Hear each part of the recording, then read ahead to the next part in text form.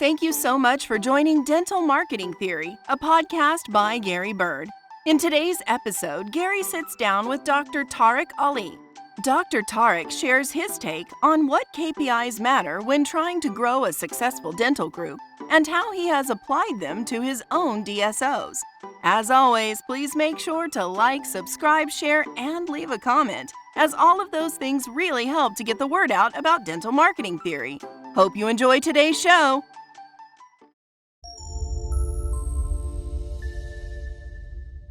All right, we are live, and I'm excited about today's episode. But before we jump into that, I need you to do something for me, and it takes less than a second, and I need you to promise to do it before I ask you what it is. Okay, good. Go and subscribe to this podcast. We have thousands of listeners, but people don't hit the subscribe button. I don't know why. It takes like 2 seconds. If you're on YouTube, push the button. If you're on Apple Podcast, you just hit the little subscribe button there. If you're on any of the other platforms, they got a little check mark or something like that. Just go hit that button really, really quick. It really, really helps us out. But today I'm excited because we have Dr. Tarek here. He's a serial entrepreneur. We started talking through all the different things that he has going on, and I am super stoked about today's conversation because I love talking with awesome people, and I know you have a lot of different things going on. I'm going to let you talk a little bit about that through your journey. So tell me, how did you get into dentistry? What prompted you to jump into the dental industry and end up where you're at today? Well, Gary, first of all, thank you very much for having me on your platform. It's really cool, and I learned a lot from it. So all of you folks out there, if you haven't subscribed, subscribe yet. Second is my story. So I am originally Egyptian. And if you don't know anything about Egyptian people, if you know about Egyptian parents, they want you to be either a doctor or an engineer or a businessman. Anything else, they are not a big fan of. So they wanted me to be a doctor like them, my brother and my parents. So I was looking, what is the shortest route to be a doctor? And sure enough, I signed up for dentistry, thinking it would be like easy peasy, smooth riding. And then after a few years, I actually fell in love with dentistry. I fell in love with the dental industry in general. I wasn't a big fan of the clinical side. I did the clinical side for 2 years, and then I decided, you know what, that's not for me. And I started doing business classes. I got an MBA, a CVA, marketing diploma, and a few things, a bunch of useless degrees. They're not really useless, I'm joking. But at the end, I fell in love with the business aspect of dentistry, that marriage between dentistry and actually running a business. And I started building and buying practices, ended up with 20 locations with 2 DSOs, and eventually became a partner at CDP. I merged all these locations with CDP. And that's my story in 30 seconds. That's awesome. So when you were your parents born in Egypt and then moved to the US, or are they originally from the US? No, they're Egyptian living in Egypt, and I was born in Egypt as well. And wow. But yes, wow. Okay, cool. That's awesome. So tell me a little bit about that transition coming to the US. How old were you? I was in mid-20s, and I had just finished the first part or the dental component of my education. And I've done a few business courses back in Egypt. And then I thought, hey, should I? And I did the board exams to be a dentist in the US and went through this whole process. And then, said to myself, hey, should I really pursue my passion, which is growing dental offices? Or should I just be your average Joe dentist? And I decided that, hey, I'm going to do what I love, not necessarily what my parents want me to do. But I'm glad I picked the right choice for me. I feel like I would never see myself doing anything else. Yeah, I'm actually a periodontist. So the plan the whole time was to. Oh, okay, got it. Okay, so was the plan the whole time to come to the U.S. and practice? Was that the plan? No, it wasn't. It was actually I was in love with business in general, and I applied to a few MBA programs, and one in the U.S. actually granted me a full scholarship. So that's what I pursued. And at that time, I was working as a periodontist, spent a year doing that, and then I decided to just go ahead and dive in business. What were some of the surprises that when you moved to the U.S. and you kind of jumped into business and the medical world? What were some of the things that surprised you that were things that you weren't expecting? Well, so there's some positive things and negative things. The positive things, I love the structure. The U.S. has a certain level of structure in the business world that is not very abundant in the rest of the world. I love that the business people are a lot more aware. They do look at numbers and KPIs, even though diving in we think they don't, but they do. Where some of the areas of the rest of the world, it's not really a big. Back then, that was maybe 20 years ago, 15 to 20 years Yeah. ago. Yep. So that was some of the pros, and the work ethic. The work ethic is remarkable. When it comes to work, people do whatever it takes to get things done, which I absolutely love that culture, that mentality. Some of the cons is that Oh, work that's life cool. harmony. I didn't see a lot of work life harmony in the U.S. Out there in the rest of the world, there's more attention to family time, vacation time, health and fitness, mental awareness, and all that psychological health. In the U.S., I saw less of that. And I think it's that balance where they stopped saying work life balance. It's now work life harmony because they shouldn't be equal. Yeah. You have Yeah. family life, you have love life, you have social life, you have health and fitness, you have reasonable financial prosperity. You have all things that you have to look at, but we define success typically as financial prosperity, typically in the U.S. So that's where that con that I found, the work life harmony. Yeah. So what would that look like in another country? Like, how do other people live that's different? Because I've heard that from a lot of people. So what is that? Are they just not working as much? Or are they not connected to their job as much? Or what is it? How does that look and feel? It's really about priorities and what you see as valuable. What do you value? So if you look in Europe, for example, they have mandatory days off for businesses to abide by. They have for team members, they have specific days off for labor and delivery, for sick days. And I mean, look at Spain. They have the siesta in the middle of the day, and they take it super seriously. It's not something like, "Hey, it's siesta time." Yeah.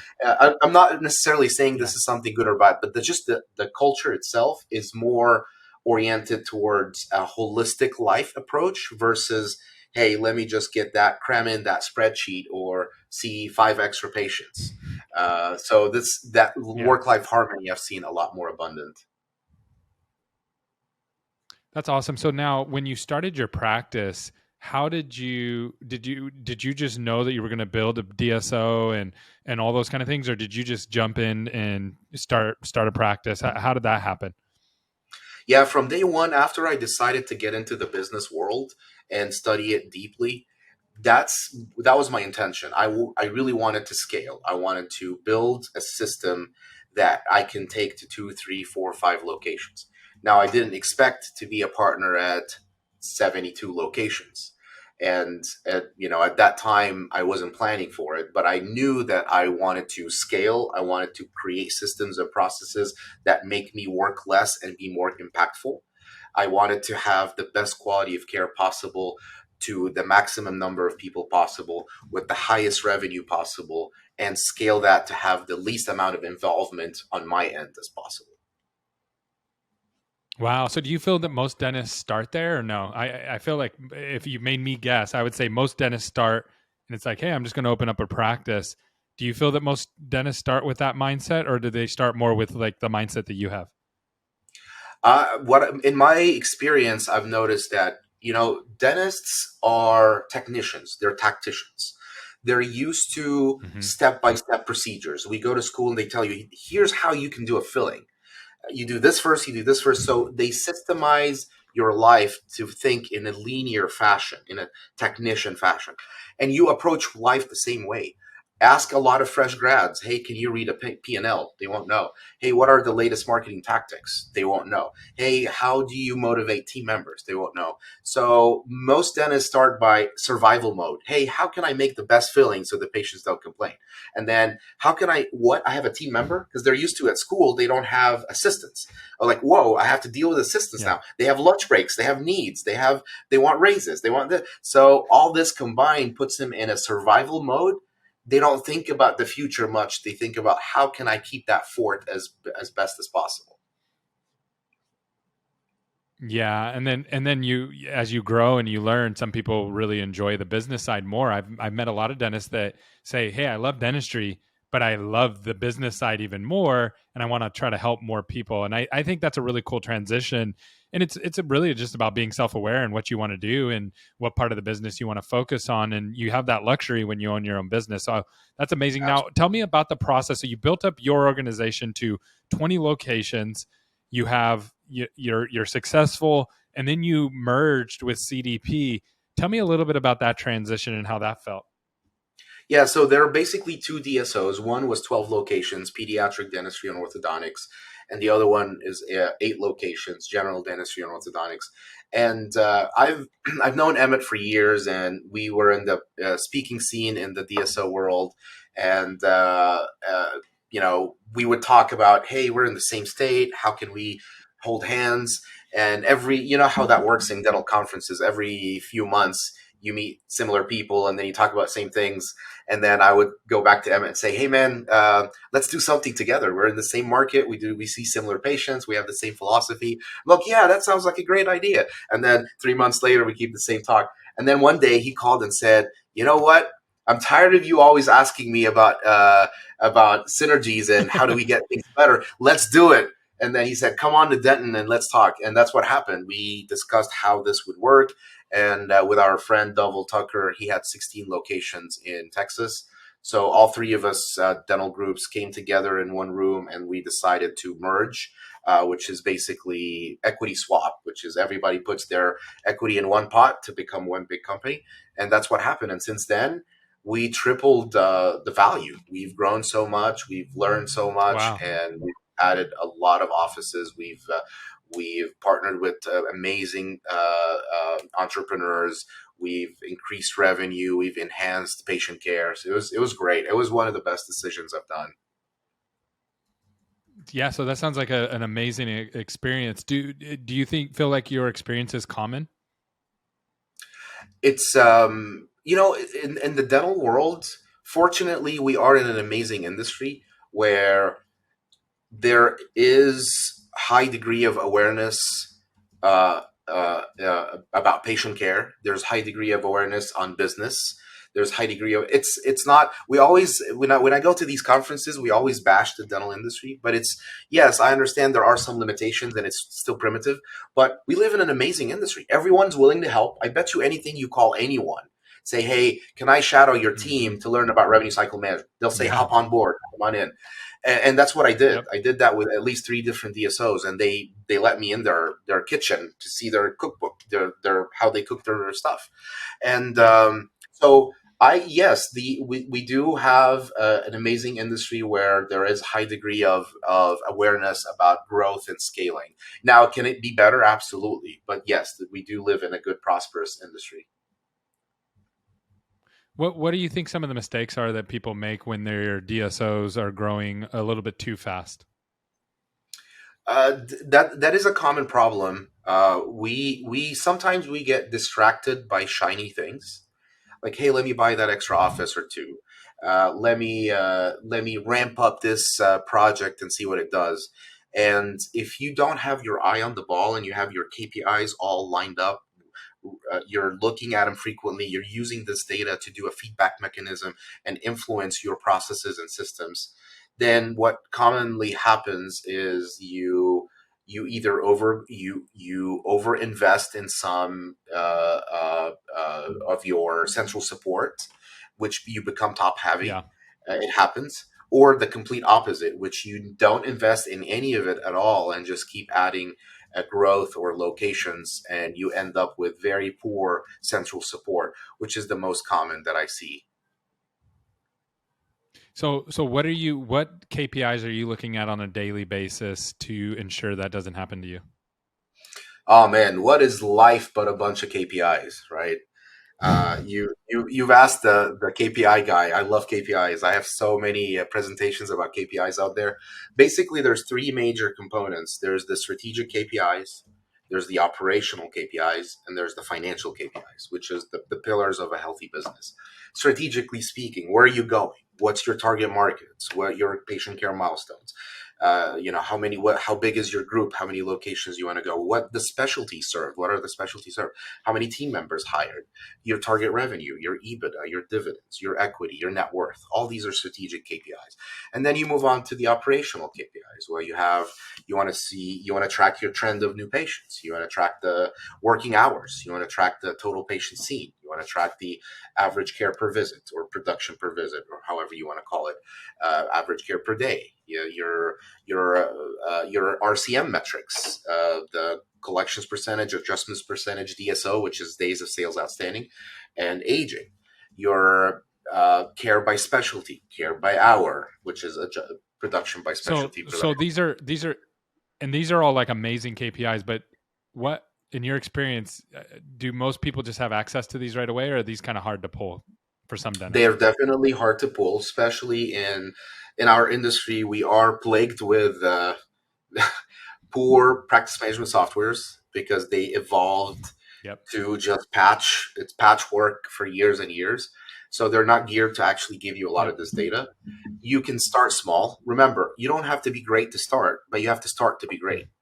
You don't have to have all the bells and whistles and all fancy tools and all. You can have an Excel spreadsheet or so a Google where would you start? Like if you were, so like where would you start? Give me like something somewhere somebody would start. Like if you don't have any KPIs yet, where would you start? Sure. Let's say, first of all, you have to have your strategic KPIs, right? The ones I mentioned in the beginning, because they're easy, they're very general. Yep. You're shooting for the mission. Then if you're going into the operational KPIs, look for the main stuff. Number of new patients. Who doesn't want to track that? Your production collections, your RCM metrics. RCM is one of the core functions of the business. If you're producing and not collecting, that's a big problem. Production is monopoly money, right? Unless it hits the bank, it never hit anything. So your RCM metrics, which I mentioned earlier, collections percentage, adjustments percentage, aging, and so forth, and days of sales outstanding. Look for your reputation metrics, positive and negative reviews. Watch those like a hawk, because that's your reputation. That's how people think of you. You think you're the best in the world. You think you're God, but it's what the patient perceives what really matters. So your net promoter score, easy to get, one question. Your reputation, positive, negative reviews, easy to get. Number of new patient trends will show you. Remember, trend is your friend. It will show you analysis of month over month, year over year, and so forth. And of course, your financial metrics. Don't forget about spending. If you're not watching what you're spending, like your supplies percentage, your payroll percentage, your doctor payroll percentage, your facilities, and so forth. Your EBITDA, of course. At the end of the day, that's a number you really want to watch. Got it. So that's awesome. That's really, really helpful. Now, one thing that I've seen that CDP does really well is they push everything back to the clinical side of things. So like, I'll give you an example of where I see people fall in a pit hole all the time. They'll come to me as a marketing guy and I'll say, okay, what kind of patients do you want? And they'll say, Gary, you tell us what kind of avatar we should be targeting. You don't want to ask the marketing guy that, because I'm either going to say all on fours because that's going to generate the most ROI, or I'm going to say, a pedo patient because those are the cheapest leads that we can drive. And those are the easiest leads that we can get our hands on. And if you go, well, I want, bread and butter dentistry, I want, fillings and crowns, neither of those are going to fulfill that. So you don't want to ask the marketing guy what kind of patients you want. You really want to ask the clinical staff, what kind of patients do you want? And a lot of decisions need to drive out from clinical.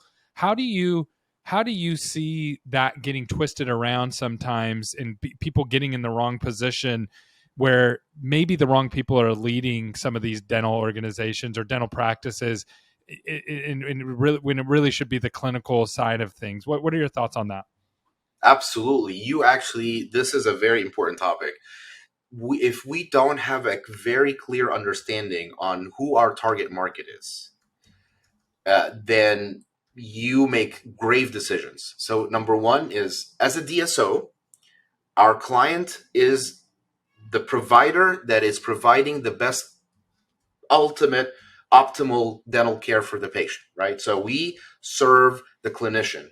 Now, the clinician, we have to educate the clinician. What exactly are you looking for? What is the mission, vision, objectives, and core values? Who is our target market? And we have to do this analysis, target market analysis, including demographics, geographics, and psychographics. Who is it that we're targeting? And we have to understand them. There is a buying decision process in the mind of those we are targeting. There's the need recognition phase. There's the search of options phase. There's the evaluation of alternatives phase. There's the decision making, and there's the post-decision evaluation. We have to understand and study those stages that make up that decision-making process in the mind of our consumer or our customer, our client. And then we have to do a competitive analysis. Okay, what do the others do that are very successful at and they're not good at? And then we have to do a service analysis. What services are we providing? Yes, now you got the target market. Let's say you're a pediatric dental specialty and your target market are moms from the age of 18 to 40. All right, we have to understand their behavior. What do they do? What do they click on? Where do they hang out? What's their preferences? Because that, at the end of the day, is the decision maker. So we do the service analysis. Okay, do we provide whitening with our pedo services? Maybe the mom will do the whitening. So you have to understand that. And then there's a budget analysis. Yeah, I can spend $1 zillion on a project or a campaign, and at the end, I don't get anything in return. So all this has to be done. Target market analysis, including geographics, demographics, psychographics, competition analysis, service analysis, budget analysis. Yeah. So and that's great, but most dentists don't know how to do that. So like how does what part of that is the clinician's job and what part is the support side? Like where do you draw the line? How do you make that work in the real world? Great question. First thing is they need to follow or listen to your podcast because they'll learn a little more. Second is I always take responsibility. I feel like it is up to us as a DSO to educate the clinician. What is it that you want? We don't necessarily make the decision for him, but we educate him to the right decision. Mm-hmm. Yeah. Meaning, hey, can we write down on a piece of paper, what is your mission? Who is your target market? What are you really, really good at that you would love 1 million patients tomorrow? And what do you really suck at that we don't want to do or refer out or bring another specialist to do? Once really they define that, yep. Yeah, we bring that, we help them create that avatar. But at the end, we support them. We're not pushing any treatment on them. We're not pushing a specific clientele. We're just here to support.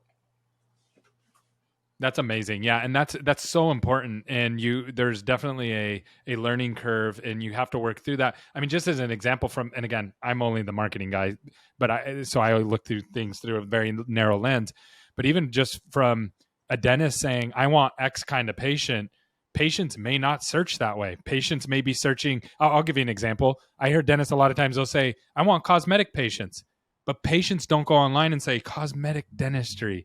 They don't search that way. They don't use those kind of words.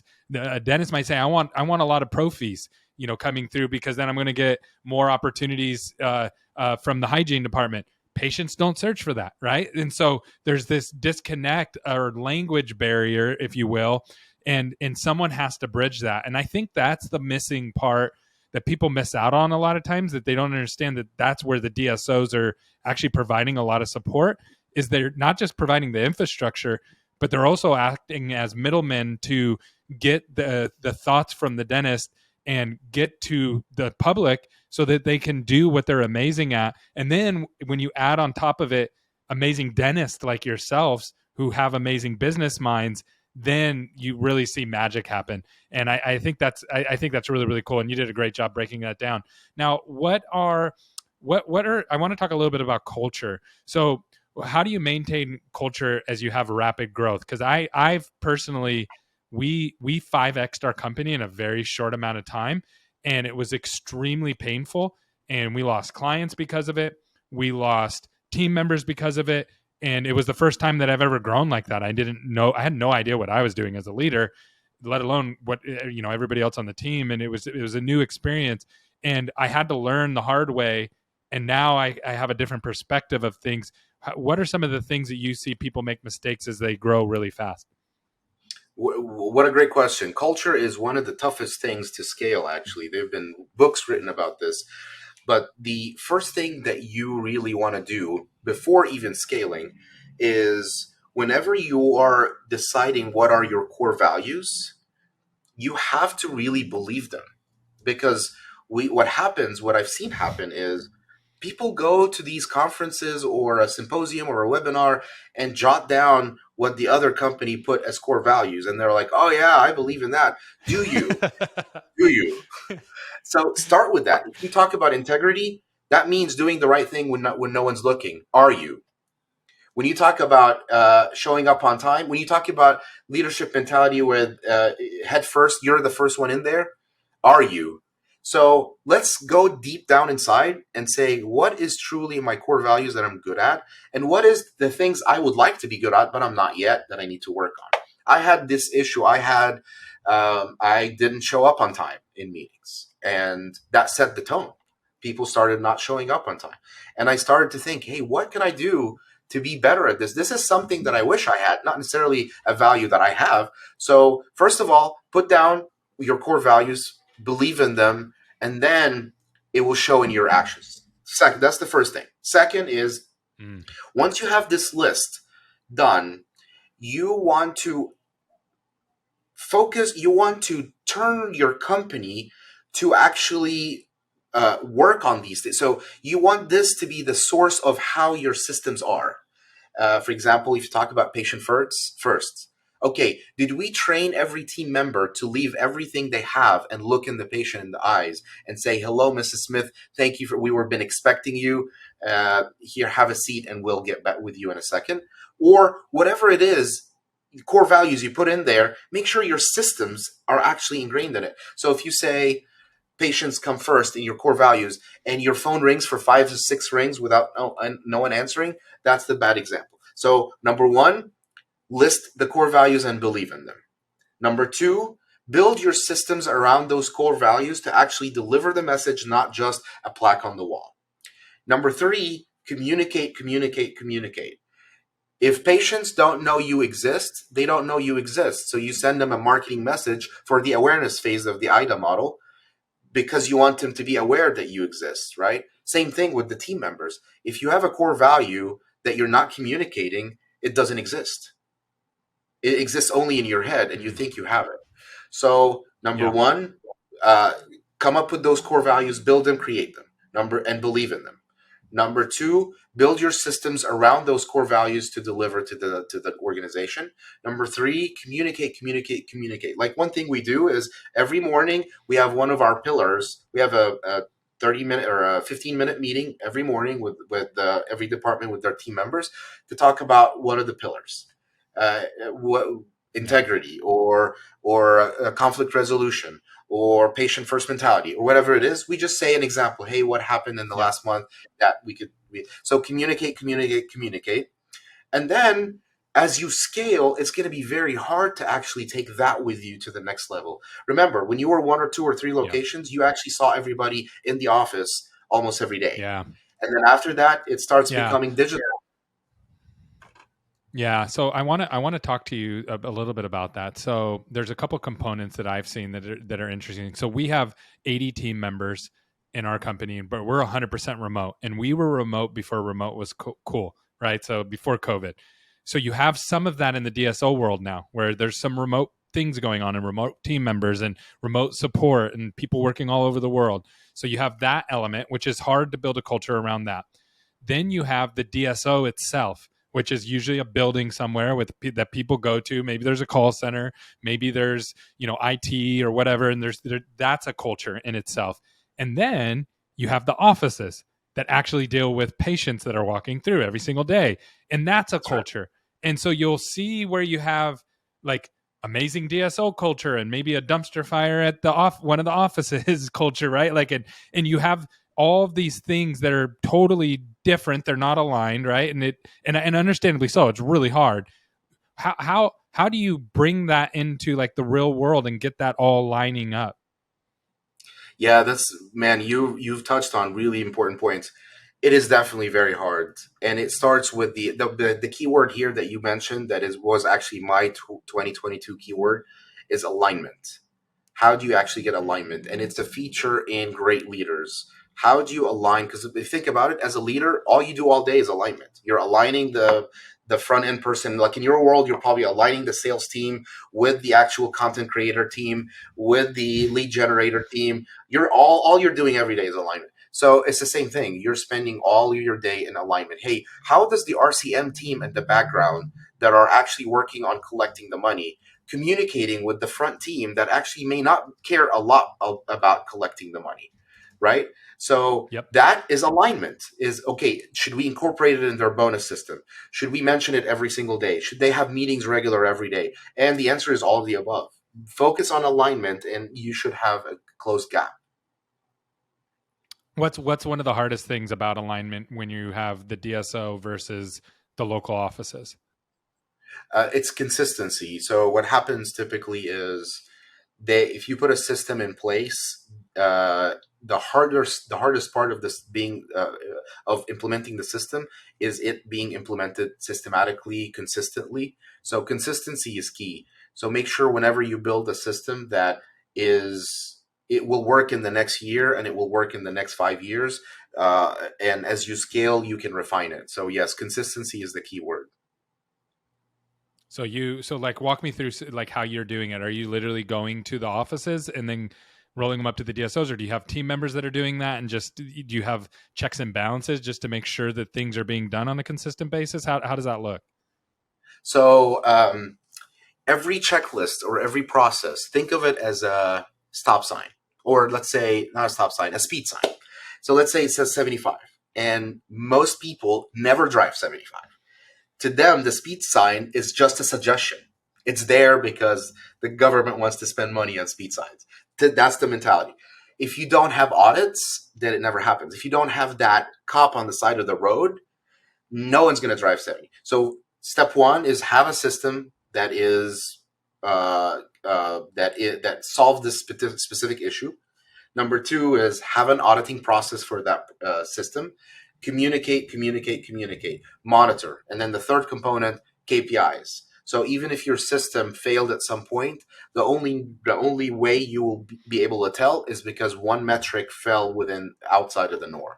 So if you have the system in place, that's the speed limit sign. You have the cop at the side of the road, which you have the auditing component, and then you have the data that supports whether this is working or not.